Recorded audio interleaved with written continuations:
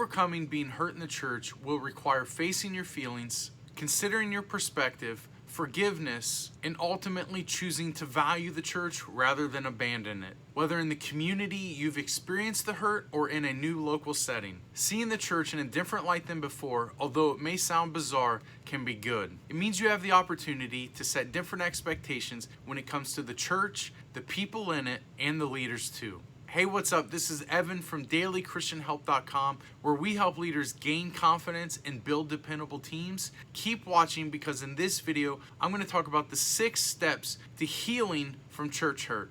Establishing healthy boundaries and expectations for your church can help you to participate, worship, serve, give, receive, and involve yourself while keeping your heart safe. I believe you can heal from being hurt in the church. Maintaining your commitment to Christ and love for the church is possible while staying connected to a local body, even when it's the one that you've experienced hurt within. In this video, I'm going to share 6 redemptive ways to overcome church hurt, experience healing, and restore hope. Walking through each of these steps will help you to resolve your feelings and experience a better future without having to leave the church. There will also be some practical applications for you to start each step. The first step is you must take responsibility for the condition of your spiritual life. You are the only one that can take action to begin mending the hurt that you feel. Ultimately, your ability to heal starts with your decision to resolve your pain. Others may have hurt you, but moving forward is your responsibility. And this resolution does not mean that you ignore what happened or pretend like it never took place, or even to do it alone. But it does mean that you are deciding to take the necessary steps to move on and to move forward. To begin this process, identify what you want to accomplish or learn from resolving this pain. Write these things down, pray about them, and believe that God can help you heal. The second step is you must acknowledge that you hurt and allow yourself to feel it. When you experience pain inflicted by another, the worst thing you can do is dismiss it, shove it deep down, or excuse it away. It is best to allow yourself to feel the pain that you've experienced. If you do not feel it, you cannot confront it or move on from it. We need to get comfortable with feeling and not always looking for a happy high or a way out of the pain, especially within the church. We need to learn to be okay with saying and confessing things like, I feel sad, or I feel anxious, or I feel hurt. Caroline Leaf puts it this way: facing and embracing our emotions is like a deep cleanse, a truly cathartic moment. To feel is to be truly alive because our emotions are very real things. This step requires inner work to acknowledge that you've been hurt within the church and to sit with it for some time before moving on to the next step. It's also important to note that you should place some amount of boundaries around this step in order to prevent one of 2 scenarios: not sitting with the hurt long enough in order to provide the material necessary to process, or sitting with it too long, postponing and prolonging the process, which can result in turning those hurt feelings into bitterness and resentment.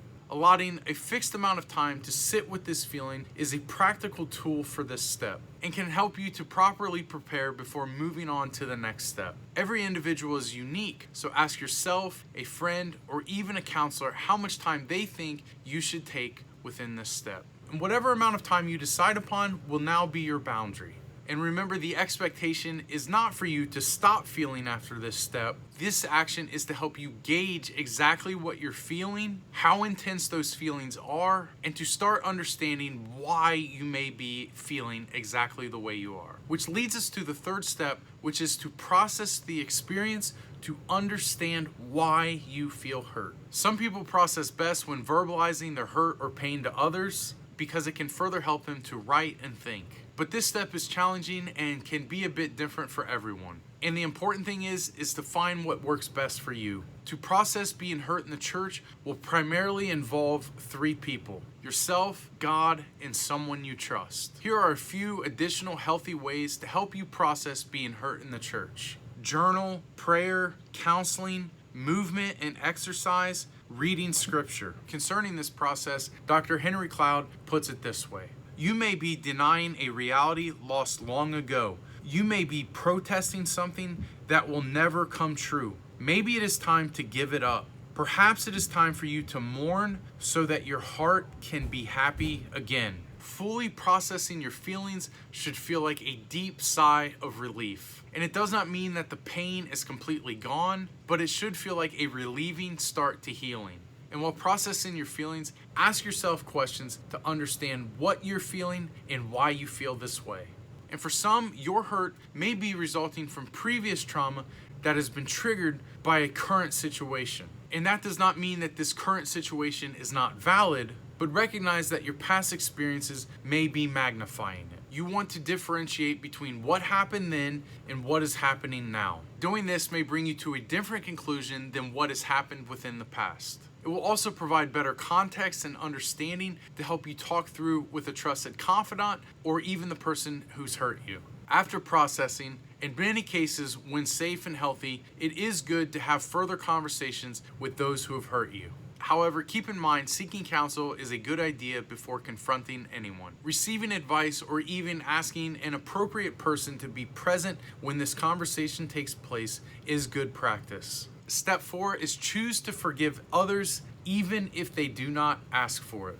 There's a saying about unforgiveness being equivalent to drinking poison and expecting it to harm the other person. But the truth is, unforgiveness ultimately only hurts you. Forgiving someone or a place that has hurt you may feel impossible. However, you can with grace and with God's help. Forgiveness relieves the burden of hurt feelings. Forgiveness is also an act of choosing peace over anguish. And extending forgiveness does not mean that you are okay with what happened. It just means that it's over, time to move forward, and that no one owes you anything. Studies have found that some people are naturally more forgiving. Thus, they tend to be more satisfied with their lives and have less depression, anxiety, stress, anger, and hostility. However, people who hang on to grudges are more likely to experience severe depression, post-traumatic stress disorder, and other health conditions. And realize that forgiveness may not be a one-time decision either. It may be necessary to remind yourself of your decision to forgive if the sting of hurt feelings does not immediately subside. And if you're wondering if you're struggling with forgiveness, here are 3 signs that you're still holding on to unforgiveness. You feel upset when you think about them. You find yourself slandering them. You begin avoiding or rejecting them. The truth is, forgiveness is not dependent on the actions of others, but on our own attitude. And forgiveness is a spiritual decision, not an emotional decision. The important thing is to practice patience with yourself and to remember forgiveness is a choice in word and action. The 5th step is to challenge your perspective of what the church is and should be.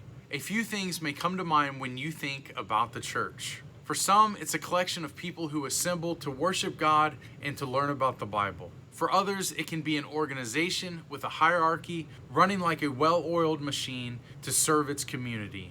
And still, for some, others view it as a place of friendship, community, and belonging. And the church can be all of those things. It's a place of belonging, worship, teaching, community, healing, service, and sacrifice. There is so much personal meaning tied to the church that any measure of hurt can sometimes feel catastrophic. From a biblical standpoint, the church is not a building, it's a collection of people who have made a decision to follow Jesus. This means the church includes flawed, imperfect people capable of making mistakes and hurting others. Like you and me, those who are working out their salvation with fear and trembling. Keeping this perspective as the primary definition is crucial because it leaves no room for separating yourself from the church, or in other words, the body. Suppose the church is only a building, then fine, there's no need to be a part of it. If it's simply an organization run by gifted leaders, dismissing yourself from it is completely acceptable. However, if the church is a collection of God's children who gather, worship, serve, and share with each other, then as a believer, that includes you.